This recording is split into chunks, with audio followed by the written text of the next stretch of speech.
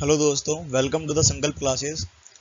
आज का टॉपिक है BEGAE 182 English communication skills. IGNOU का है, फर्स्ट ईयर का।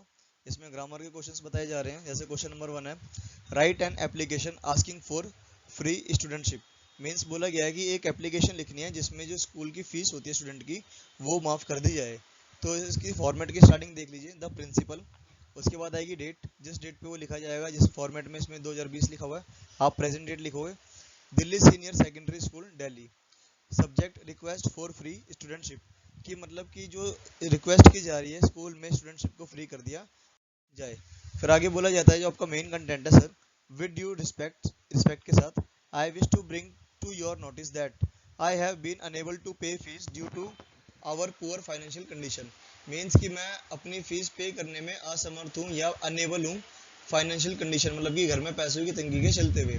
The source of income of my family is my father salary. हमारे परिवार में जो फैमिली का जो इनकम का सोर्स था वो किसका था? हमारे पिताजी का था। The company where my father work has shut down. जिस कंपनी में मेरे फादर काम करते थे वो कंपनी शट डाउन हो चुकी है, ऑपरेशन, ड्यू टू कोविड-19। कोविड-19 के तहत वो कंपनी क्या हो गई है? बंद हो चुकी है। My father is also not getting his salary. और मेरे फादर को भी अपनी सैलरी नहीं मिली, प्राप्त नहीं हुई थी।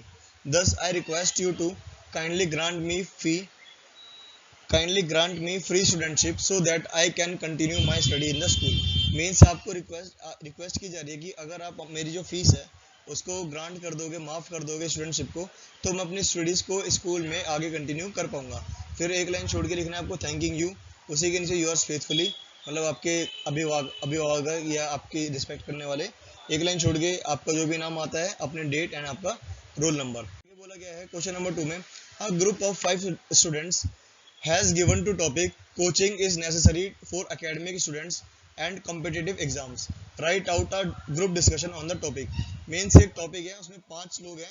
ये आपको खुद से बनाना पड़ेगा। यहाँ पे टॉपिक आपको अलग अलग मिल सकते हैं, ये एक डेमो के लिए दिया गया है।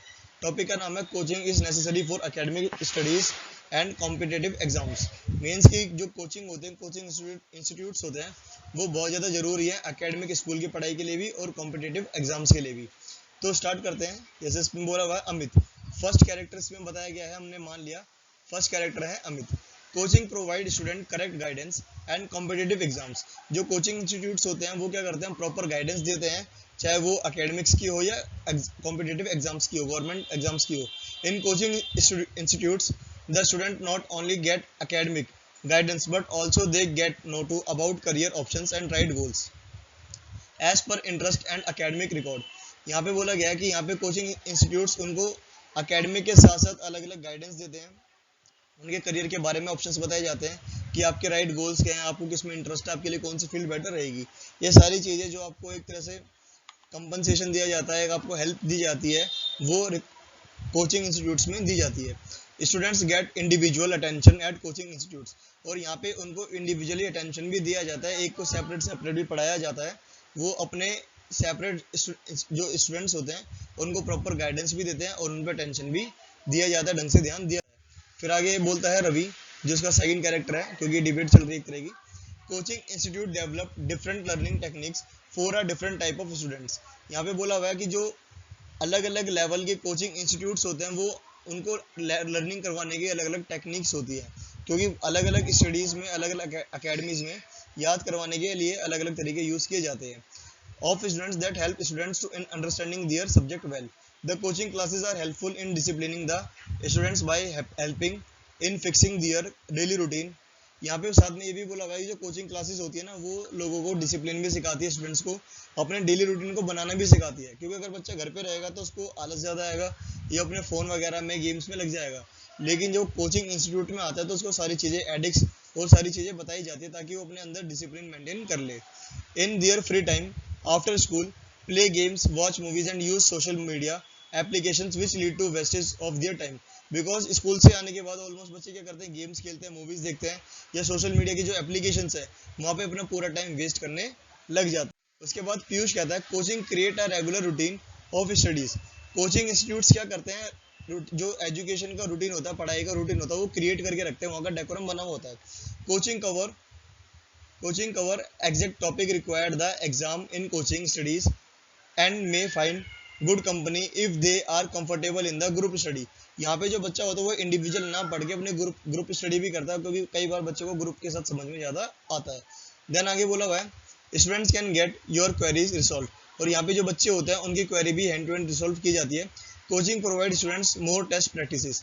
कोचिंग स्टूडेंट्स क्या करते हैं, बच्चों को कोचिंग इंस्टीट्यूट्स बच्चों को स्टूडेंट्स को बहुत सारे अलग अलग मॉक टेस्ट हो गए या अलग अलग तरह के क्वेश्चंस हो गए, टेस्ट पेपर्स हो गए, ये सारी प्रैक्टिस करवाई जाती है ताकि बच्चे को ढंग से प्रैक्टिस हो जाए और वो एग्जाम की तैयारी कर ले। Now it is now works like a industry, और ये एक तरह से इंडस्ट्री की तरह काम करती है बहुत बड़े लेवल पे, जहाँ पे बच्चे के सारे रूटीन उसकी पूरी लाइफ का आधा हिस्सा सेट कर दिया जाता है कि वो अपनी लाइफ में आगे क्या चीज़ अचीव करेगा, कैसे उसको आगे काम। फिर बोला हुआ है अंकुर। अंकुर आता है इसका जो नेक्स्ट कैरेक्टर है, आई थिंक फोर्थ है। Coaching can be an extra burden for students. ये नेगेटिव व्यूज में कहता है कि जो कोचिंग है वो एक तरह का क्या है, एक्स्ट्रा बर्डन है। Institutes give students a lot of homework. जो इंस्टीट्यूट्स होते हैं वो बच्चों को बहुत सारा काम देते हैं, लॉट्स ऑफ होमवर्क दे देते हैं, because student need to practice well in the order to prepare and score well for exams. Because हर इंस्टीट्यूट चाहता है और हर बच्चा भी चाहता है कि हम क्या करेंगे, अपने एग्जाम्स में अच्छा स्कोर करेंगे। एंड देन सॉरी हर बच्चा चाहता है कि उसके जो मार्क्स आए वो बहुत अच्छे हैं, इसीलिए इंस्टीट्यूट्स वाले उनको बहुत ज़्यादा प्रैक्टिस करवाते हैं, बहुत ज़्यादा उनको काम भी दिया जाता है ताकि वो अपना काम ढंग से कर पाए। तो यहाँ पे बच्चे के ऊपर बहुत सारा बर्डन आ जाता है। Students gate homework for each subject from school and if they get complete from coaching classes as well, then students do not get enough to time refresh and they feel burdened with homework, because इंसान की life में fresh feel होना भी बहुत ज़्यादा ज़रूरी है। तो जैसे बच्चे क्या होते हैं, फ्रस्ट्रेट हो जाते हैं, चिड़चिड़े से हो जाते हैं, क्योंकि वो स्कूल से बहुत सारा काम मिलता है हर सब्जेक्ट का। वो स्कूल से आते हैं, अपना स्कूल का काम पूरा करते हैं, कोचिंग का काम पूरा करते हैं, कोचिंग जाते हैं, कोचिंग से आगे कोचिंग का काम जो होमवर्क मिलता है वो भी उनको कंप्लीट करना होता है। तो उनको अपने आप को फ्रेश करने के लिए, रिफ्रेश करने के लिए, या अपने आप को अपडेट करने के लिए, अपने आप को खेलने कूदने के लिए, माइंड फ्रेश करने के लिए टाइम नहीं मिल पाता एंड उनको बहुत ज़्यादा बर्डन बढ़ जाता है। नेक्स्ट बोलता है Mukul, coaching institutes follow their pattern for each student and school follow a generic pattern for each batch of the each classes. यहाँ पे जो कई बार बोला जाता है जो कोचिंग इंस्टीट्यूट्स होते हैं वो स्कूल वाले पैटर्न को ही फॉलो करते हैं, जैसे स्कूल में करवाया जाता है वही सेम चीज़ें स्कूल की क्लासेस में करवाई जाती है। बिकॉज जो स्कूल का डेकोरम होता है उनके पास हर साल का मेमोरियल बना हुआ होता है कि हर साल कैसे काम करना है, कैसे हिसाब से काम करना है। ऑलमोस्ट 90% चीज़ें रिपीट होती है और वही चीज़ें फिर कोचिंग इंस्टीट्यूट में उसी लेवल पे करवाई जाती है। This leave student in a dilemma as they have to keep up with the school studies as well coaching classes learning. तो यहाँ पे बच्चे को लगता है कि जो चीज़ मेरे को स्कूल में पढ़ाई जा रही है वही चीज़ कोचिंग में भी पढ़ाई जा रही है, तो मैं यहाँ पे पढ़ने का फायदा नहीं है, मैं स्कूल में पढ़ लूंगा। एंड देन वहाँ पे वो अपने कोचिंग क्लासेस को लीव कर देता है। That becomes a pain if you are not up to mark. लेकिन ये पेन फील करवाता है जब आप, सॉरी इससे एक लाइन मिस हो गई, mostly coaching teachers are fast in pace. क्योंकि कई बार क्या होता है जो कोचिंग टीचर्स होते हैं वो बहुत ज़्यादा स्पीड में करवाते हैं, उनको अपने आप को अपडेट करना होता है स्कूल के टीचर से। That becomes a pain if you are not up to the mark. और अगर इसके बावजूद भी मार्क नहीं आते तो वहाँ पे बहुत ज़्यादा पेन फील होता है, बुरा लगता है। That becomes the pain if you are not up the mark. Coaching's atmosphere is competitive, so if some of you do not feel comfortable with all the peer का मतलब होता है एक उम्र के जो सब मैच्योर हो और एक उम्र के एक बैच के सारे बच्चे हों। Pressure it will be tough journey. Competition में या स्कूल देख लो या कोचिंग क्लास हर जगह देख लो, वहाँ पे बहुत सारे बच्चे होते हैं और बहुत सारे बच्चों में कंपटीशन भी होता है कि किसी के मार्क्स ज़्यादा आते हैं, किसी के मार्क्स कम आते हैं। तो देन यहाँ पे इस चीज़ को लेके भी बच्चा कई बार परेशान हो जाता है और प्रेशर में आगे ढंग से नहीं पढ़ पाता और उसकी जर्नी बहुत ज़्यादा डिस्टर्बिंग हो जाती है। नेक्स्ट देखो, define verbal communication. What are the qualities of effective verbal communication. Verbal communication क्या होता है और इसकी क्वालिटीज क्या हैं जो इफेक्ट करती है वर्बल कम्युनिकेशंस को। Verbal communications mean communication through words and sentences. Verbal communication का मतलब है कम्युनिकेशन को और वर्ड्स के सेंटेंसेस को बात करना। It can be either spoken where we use sound to represent a particular symbol. जहाँ पे बेसिकली वर्बल में किसी पर्टिकुलर चीज को दिखाने के लिए, सिंबल को दिखाने के लिए साउंड प्रोड्यूस किया गया हो, और return with use script and represent symbol, और जहाँ पे स्क्रिप्ट लिखी भी गई हो। Qualities of verbal communication. यहाँ पे जो इसका पैराग्राफ में जो इसका इंट्रो है, खाली इसका मतलब यही है कि जिसको बताने के लिए, जिस बात को बताने के लिए, शो करने के लिए साउंड प्रोड्यूस किया जाए, देन उसके बाद उसको प्रेजेंट किया जाए, वही वर्बल कम्युनिकेशन में आता है। आगे बढ़ते हैं। इंटेग्रिटी, पहला पॉइंट है इसका इंटेग्रिटी, जो इसकी क्वालिटीज है। In order to build a rapport with the receiver, one must maintain integrity in the speech. Integrity means speaking accurate at and to the point. One should speak with confidence and maintain the flow of communication. बोला हुआ है, जो देखो communication में दो लोग होते हैं, एक होता है सेंडर और एक होता है रिसीवर। जो सेंडर होगा वो अपनी बात में क्या रखेगा, फ्लुएंसी रखेगा और फ्लो रखेगा, बिना रुके टुके ना बिना घबराए कॉन्फिडेंसली उसको बात करनी पड़ेगी। और जो बात है उसको एक्यूरेटली सीधा सीधा मेन पॉइंट पे बात करनी पड़ेगी। Sincerity is highly required in speaking. Speaking में सबसे ज्यादा जो चाहिए होता है वो चाहिए होता है sincerity. By maintaining integrity in the speech, we can have greater control of environment. Means अगर आपके पास कॉन्फिडेंस है और आपकी बोलने की जो क्षमता है या पावर है, आपका फ्लोनेशन बहुत अच्छा है, तो आप अपने कम्युनिकेशन के थ्रू किसी भी एनवायरनमेंट को हैंडल कर सकते हो, उसका कंट्रोल अपने हाथ में ले सकते हो। सेकंड पॉइंट है आपका voice. We should speak in a pleasant voice. हमें हमेशा प्लीजेंट वॉइस में बात करनी चाहिए, प्लीजेंट मीन्स की थोड़ा लहजे में, तमीज में और politely. It should be audible and we should adjust our volume to speech according to the environment. Proper modulation is highly essential while speaking. मतलब बोलते टाइम आपको वहाँ का माहौल देखना, वहाँ का माहौल है कैसा। अगर मान लो कोई दुख वाला माहौल है तो वहाँ पे आपको हंस के रिएक्ट नहीं करना, या घर में कोई सिचुएशन ज़्यादा क्रिटिकल है तो वहाँ पे आपको रूडली बिहेव भी नहीं करना, वहाँ पे पोलाइटली बिहेव करना है। तो वहाँ पे आपकी जो वॉइस है वो आपकी कंडीशन और एटमोसफेयर को, इन्वायरमेंट को देख के होनी चाहिए कि आपको किस बिहेव में बात करनी है। नेक्स्ट पॉइंट है tone. We should not try to speak in extra fashionable manner और like a singer. We should speak in a normal pitch we can be understood.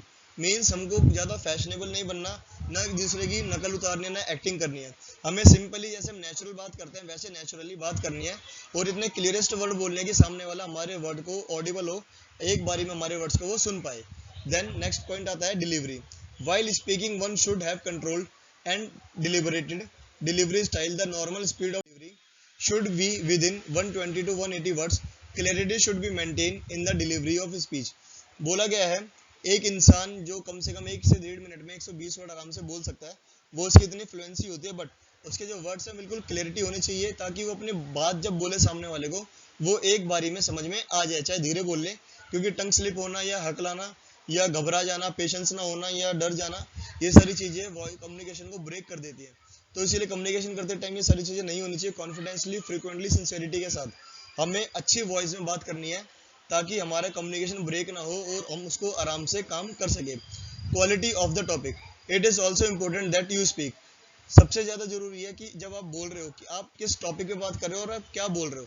It is wisely said that you can fool many people for the most of the time, but not all the people for all the time. Hence, speak relevant to good points. You have the substantiate your points with clear conviction.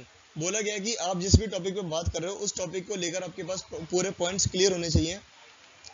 आपको दाएं बाएं की या आलतू फालतू बातें नहीं करनी, and then ना ही कुछ उससे रिलेटेड से अलग या कुछ उल्टा या उसके अलावा एक्स्ट्रा बात नहीं करनी। जो आपकी मेन क्वालिटी है, जिस टॉपिक पे आप बात करना चाह रहे हो, आपको उसी टॉपिक पे अपनी बात करनी चाहिए। वो सबसे ज़्यादा जरूरी होता है, क्योंकि वो टॉपिक की क्वालिटी है कि आप किस क्वालिटी में बात कर रहे हो।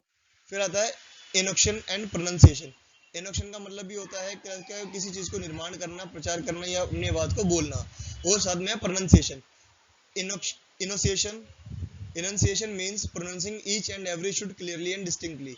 मतलब कि जो आप एक एक शब्द, एक एक लाइन बोलो, वो बिल्कुल क्लियर होना चाहिए, सामने वाले को एक बारी में समझ आ जाना चाहिए। Giving tough to your pronunciation in intonation. Pronunciation of the words should be clear and Audible.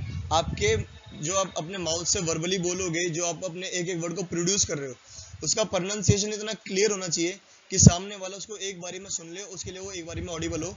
7th point इसी में आगे दिया गया है, एसेंट और Dickson. Try to speak neutral accent. Your accent should be bred to of mother tongue influence. Never try to extraordinary and avoid using nasal accent. Always use the right word to right place. Means कि कई बातें आपको mother tongue का मतलब है जो आपने अपने बचपन से सीखी हुई है, लेकिन इसके साथ साथ आपको ये भी देखना है कि किस जगह पे किस वर्ड का राइट प्लेस पे यूज करना है। आप हर जगह सेम वर्ड का यूज नहीं कर सकते, बिकॉज कुछ वर्ड्स का यूज आप अपने दोस्तों के सामने करते हो, कुछ का पर्सनल लाइफ में, कुछ का फैमिली में, तीनों को आप मिक्सअप नहीं कर सकते। तो यहाँ पे आपके कम्युनिकेशन को इफेक्टिव बनाने के लिए आपको ये भी ध्यान रखना पड़ेगा कि आपको राइट टाइम पे राइट वर्ड कौन सा चूज करना है, तभी जाके आपका कम्युनिकेशन अच्छा, एडवांस एंड कंफर्टेबल और अनब्रेकेबल होगा। आगे बढ़ते हैं। एसेंट और डिक्शन जो मैंने बता दिया था। फिर नेक्स्ट क्वेश्चन नंबर 4 है, you are finance manager of Orient Limited, write a formal letter Sunetra cancer hospital telling the organization that your company has donated 5 lakh rupees. मीन्स एक फाइनेंशियल मैनेजर को लेटर लिखा गया है फॉर्मली, आप फाइनेंशियल मैनेजर हो एक कंपनी में ओरिएंटेड लिमिटेड, आप लेटर लिख रहे हो सुनीता करियर हॉस्पिटल को कहने के लिए कि organization that your company has donated, आपकी कंपनी ने डोनेट किए हैं 5 लाख रुपए। तो वो पे अपना एड्रेस आएगा, पहले self Orient limited 22 mall road Chennai, the administrator Sunetra cancer hospital Kolkata 1804। Starting के 2 लाइन में पहले सेंडर एड्रेस है, बाद की 2 लाइन में रिसीवर एड्रेस है। मैं आपको फिर से बता देता हूँ, स्टार्टिंग की 2 लाइन में ये है एड्रेस, सेंडर एड्रेस है, एंड ये वाला एड्रेस आपका रिसीविंग एड्रेस है, जो इस पे मैंने आर बना दिया है, जिसको आप एड्रेस भेज रहे हो, लेटर भेज रहे हो। आपका सब्जेक्ट है donation for cancer ward, means कि कैंसर के लिए डोनेशन। आगे आता है, dear sir we received your letter requesting funds for cancer ward is being added to your hospital. Means हमने आपका जो फंड था वो रिसीव कर लिया है कैंसर को और आपके हॉस्पिटल में ऐड कर दिया है। We are please to inform that our company will donate 5 lakh for the charitable purpose. And हम आपको बताना भी चाहते हैं, प्लीज कर रहे हैं, इन्फॉर्म कर रहे हैं कि हमारी जो कंपनी है वो 5 लाख रुपए डोनेट कर रही है आपके चैरिटेबल को। Please find attach a cheque 5 lakh rupee. We wish all the best for your efforts to help people. और हमारे विशेष आपके साथ है, हम अपने 5 लाख का चेक अटैच भी कर रहे हैं, फाइंड मतलब हमने जो अटैच किया उसको फाइंड प्लीज आप चेक कर लेना कि वो सही है या नहीं है। एंड हमारी बेस्ट विशेष भी सही है, आपके साथ है, क्योंकि आप जो काम कर रहे हो वो अच्छा है, इसीलिए आपके एफर्ट्स लोगों के काम आएंगे। Your sincerely finance manager enclosure cheque number.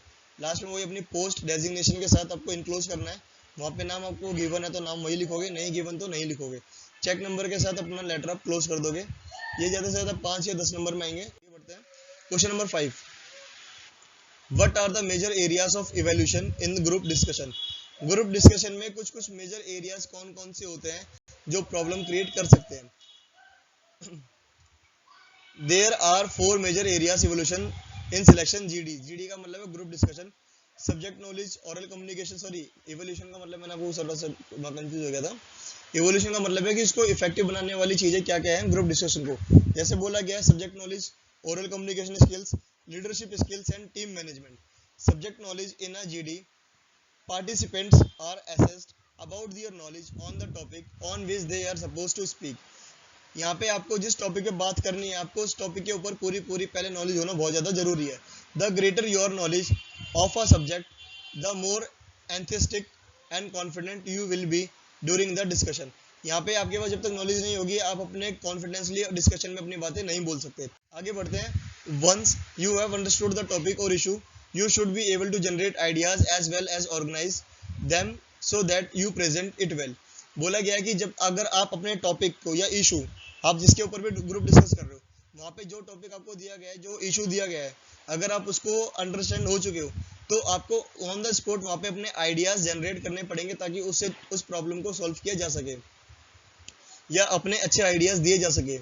You will have the ability to analyse fact the और information in a systematic way. वहाँ पे आपको एबिलिटी होनी चाहिए एनालाइज करने की कि आप अपनी एक बात को तौर तरीके से सिंपली कैसे बढ़िया तरीके से आगे परफॉर्म कर सकते हो।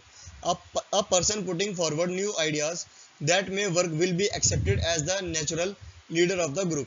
यहाँ पे जो इंसान अपने नॉर्मल आइडियाज, खुद के न्यू आइडियाज को क्रिएट करके लगाता है, उसी को ग्रुप का लीडर एक्सेप्ट किया भी जाता है। बिकॉज लीडर वही होता है जो बहुत सारी चीज़ों को अपने एक्सेप्ट करता है और अपने नए नए आइडिया से सबको इम्प्रेस भी करता है और जो सबसे थोड़ा सा आगे की सोच भी रखता है। आगे बढ़ते हैं, the panel will observe the ideas put forward their originally, the depth of analyse and their relevance of the topic. Problem solving skills are essential and participants should not hesitate to give solutions. अब problem solving skills होनी चाहिए, but वो जरूरी नहीं कि सारी problems को solve कर दे, कई बार आपके आइडियाज होना बहुत ज़्यादा जरूरत है। फिर फर्स्ट पॉइंट पे आते हैं, oral communication skills. Communication skill is also important, without expression the knowledge is of no use. अगर आपके पास कम्युनिकेशन स्किल्स में एक्सप्रेशन ही नहीं है, आप बोलते बोलते अपनी बात के एक्सप्रेशन शो नहीं कर सकते, तो आपका कम्युनिकेशन इतना इफेक्टिव नहीं हो पाएगा। As the exchange of ideas in a group discussion take place through speech, One of our prerequisites to success in a GD is the ability to speak confidently and convincingly. Good communication skills include active listening, clarity of thought and expressions, apt language and proper non verbal clues. Means बोला गया, जो आपको अच्छे से points बताए गए हैं कि आपके पास क्या क्या होना चाहिए। आपके पास एक्सचेंज करने के लिए आइडियाज होने चाहिए, ग्रुप डिस्कशन में आपकी स्पीच अच्छी होनी चाहिए। या सक्सेस की एबिलिटी तभी होगी जब आपके अंदर कॉन्फिडेंस, कन्विंशनली आपको कन्विंस करने की पावर बहुत अच्छी होगी। गुड कम्युनिकेशन इंक्लूड में आपको बोला गया कि लिसनिंग, क्लियरिटी होनी चाहिए थॉट्स को लेकर, और आपके एक्सप्रेशंस भी ऐसे होने चाहिए कि सामने वाला बात, अगर आप अपने मुंह से बात बोल रहे हो तो सामने वाला आपके एक्सप्रेशन से भी आपकी बात को समझ। फिर है listening skills. Listening skill is the important as speaking in a GD. Unless you listen you cannot contribute to the state purpose of communication. It is extremely important to listen very carefully. Only then you will be able to pick up the thread discussion and continue. Only active participation as a listener in a group makes a person good leader. यहाँ पे बोला हुआ है कि जब कोई आप पहले अपनी बात को बोलने से पहले सभी की बातें आपको सुननी भी चाहिए और सबके बात को ढंग से सुनना है और उसके एक एक पॉइंट को नोट करना है कि उस सामने वाला इंसान का पॉइंट है क्या। देन उसको ध्यान में रखते हुए फिर आप अपनी बात को रखोगे, तभी जाके आप अपना एक गुड लीडर बन सकते हो, क्योंकि आपको पहले सामने वाले की बात ध्यान से सुननी है। नेक्स्ट पॉइंट है clarity of thought and expressions. Clarity is the art of making yourself clarity to the audience. Only when your expressions are clear you can convince your team and the panel. अगर आपके expressions आप show करोगे वही बिल्कुल clear हैं audience को, तो audience आपकी बात सुनने से पहले आपके एक्सप्रेशन से ही आपकी आधी बात समझ चुकी होगी। More than words, it is the tone in which they are spoken that conveys the message. You should not too be loud और टू सॉफ्ट। आपको यहाँ पे एक स्पीड में बात करनी है, ना तो बिल्कुल लाउड बोलना है, ना ही बिल्कुल सॉफ्ट बोलना है, ना तो पोलाइटली सॉफ्ट बोलना है, ना ही बिल्कुल तेज चिल्ला के बोलना है। आपको नॉर्मल अपनी फ्रिक्वेंटली फ्लो में बात करनी है। फिर a lively of cheerful voice with the appropriate मॉड्यूलेशंस with attract the audience.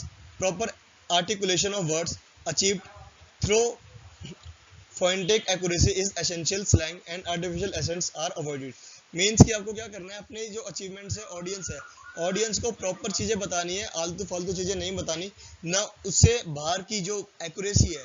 Accuracy का मतलब है आपको सेम पॉइंट पे बात करनी है, उसके अलावा आप दूसरी जगह जाओगे तो ऑडियंस भी वहाँ पे आपको डिस्टर्ब करेगी या वो भी आपकी बातों में इंटरेस्ट नहीं लेगी। फिर आगे बढ़ते हैं। Proper language, a flow of language should be smooth.